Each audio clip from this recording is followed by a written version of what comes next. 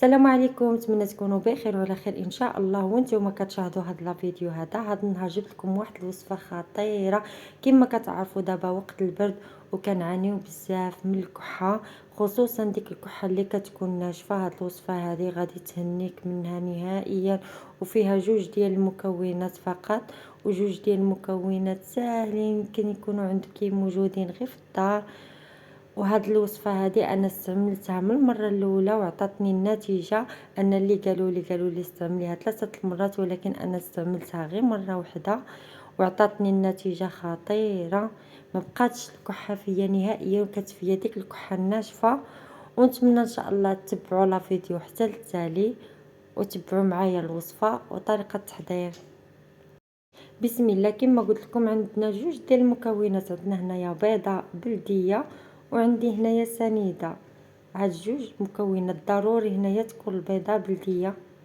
هنايا كناخذ ديك البيضه، غادي ناخذ منها غير الصفر، كناخذوا منها غير الصفر، كنحيدوا داك البيض كناخذوا منها داك الصفر هو اللي غادي نستعملوه في الوصفه. وهنايا ضروري تكون البيضه بلديه، ما تستعملوش البيضه اللي كتكون عاديه، تكون بلديه.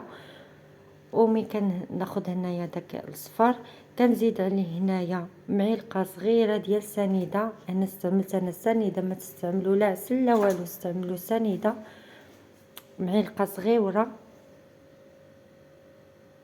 كنبغي هنايا نشرح لكم الوصفه مزيان باش ديروها كما درتها انايا.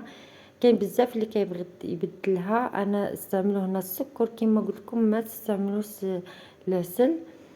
ومي كنزيد هذيك السنيده على داك الصفر ديال البيض. هنا غادي نبقى نضربو مزيان حتى كيتخلط الخليط مليح. هنا تبقاو تضربوه حتى كيتخلط مليح مزيان، راه كيولي معكم عاقد داك الخليط.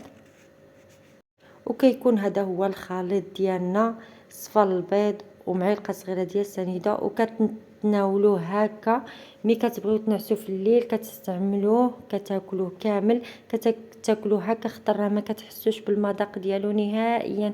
ما كاين لا زفوريه لا حتى شي حاجه. كتاكلوه وكتمشيو كتنعسوا لا غدا ليه بحال اللي كنتو كتكذبوا. بهاد الوصفه هذه ما كتبقاش فيكم الكحه نهائيا. ونتمنى اللي عنده شي واحد مريض مو باه ولا خوه ولا الجيران ديالو يعطيه هاد الوصفه هذه في سبيل الله. هاد الوصفه هذه راها خطيره، ونتمنى تجربوها، ونتلاقاو ان شاء الله في فيديو جديد.